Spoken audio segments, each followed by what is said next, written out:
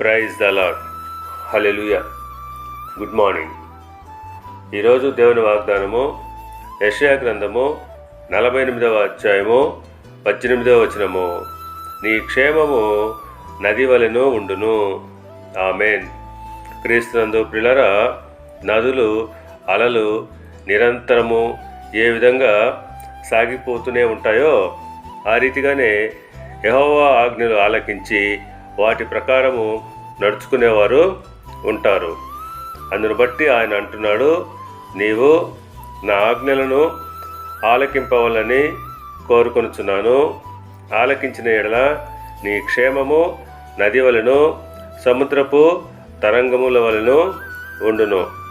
ద్వితీయోపదేశకాండము 5వ అధ్యాయము 29వ వచనంతో పోల్చి చూచినట్లయితే, వారికిని వారి సంతానమునకును నిత్యము క్షేమము కలుగునట్లు వారు నా యందు భయభక్తులు కలిగి నా ఆజ్ఞలన్నింటినీ అనుసరించు మనసు వారి కుండిన ఎడల మేలు. అవును, దేవుని యందు భయభక్తులు కలిగి ఆయన ఆజ్ఞలను అనుసరించే వారికి అది వారికి మేలు. వారి క్షేమము నది వలె ఉండును. దేవుడు మిమ్మల్ని దీవించి ఆశీర్వదించి వర్ధిల్ల చేయనుగాక. ఆమేన్.